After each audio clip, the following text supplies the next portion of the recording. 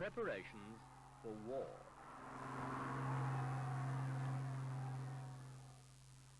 Disregarding national frontiers, the heavy machinery of military power rolls towards yet another bloody collision. And it appears to be unstoppable, a kind of reflex action over which mankind has no control.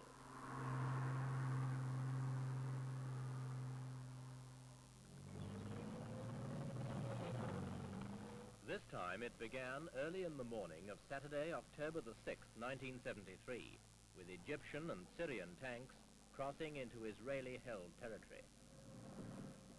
Soon others followed. And the Third Middle East War was underway. From the Suez Canal to the Golan Heights, the air was filled with the sounds of battle.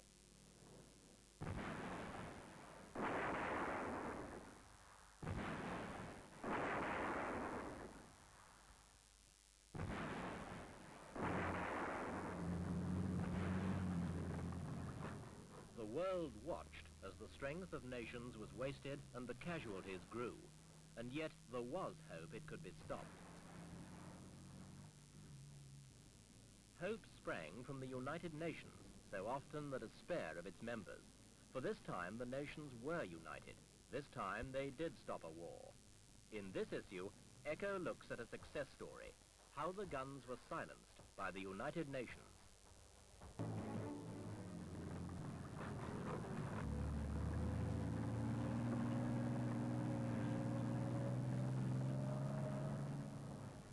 At the front, Israelis fought Egyptians and Syrians. Jordanians, Saudis, Libyans and others joined in. But in the background, the hotlines were buzzing between Washington and Moscow.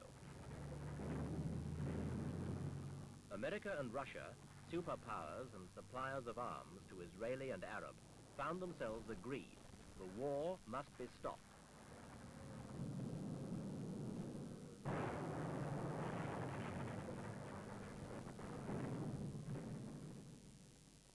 They took their agreement to the Security Council. While the fighting still continued, they proposed peace with UN supervision. President Nixon agreed that Secretary of State Kissinger should fly to Moscow in response to an invitation of Secretary General Brezhnev. As a result of these discussions, the Council has before it the resolution agreed jointly by the United States and the Soviet governments, on which both our governments request immediate action on the part of the Security Council.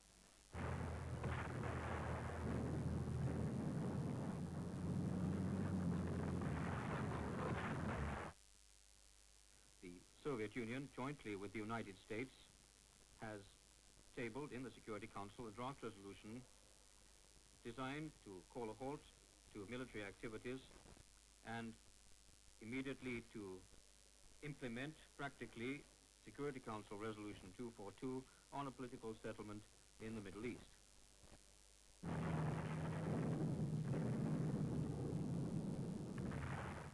Will all those in favor please raise their hands?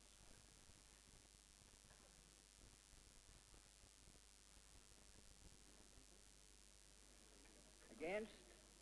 Those against? Abstentions?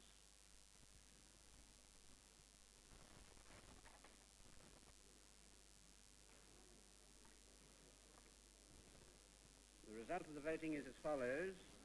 In favour 14, against none, abstentions none. One delegation did not participate in the vote. Accordingly, the draft resolution is adopted.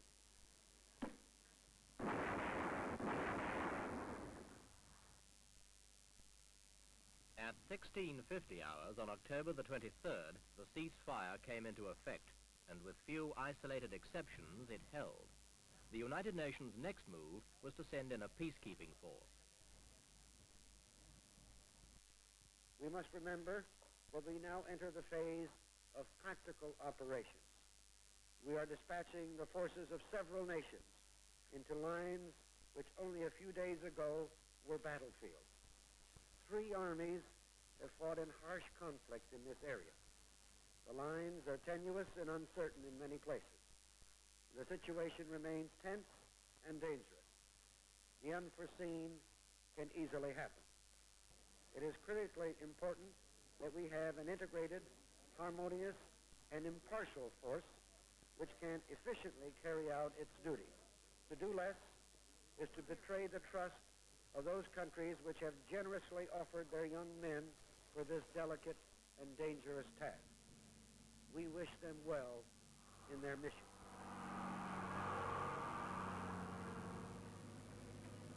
The first to go were Swedish troops, already on United Nations duty in Cyprus.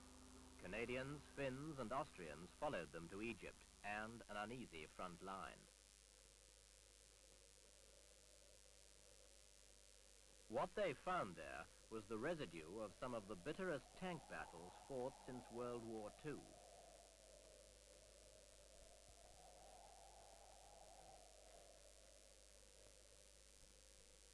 In Egypt, the UN forces pitched camp and demonstrated their difficulties to the press.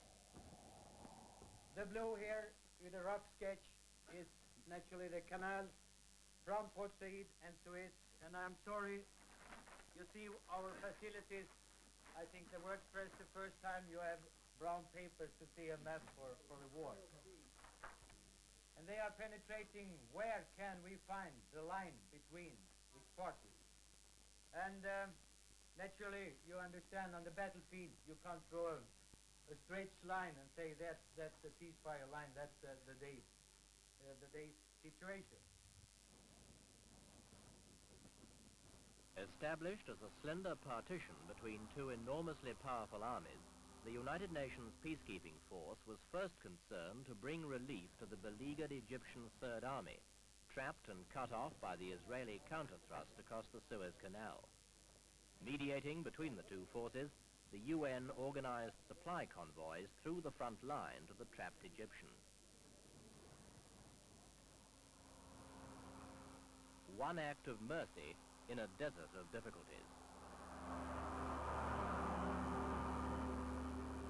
We are sending out people here now from who are coming from Sweden, Austria, Finland, and so on. They have never been in this area. It's just to approach the lines which we have for the time being is a very, very difficult matter to start with.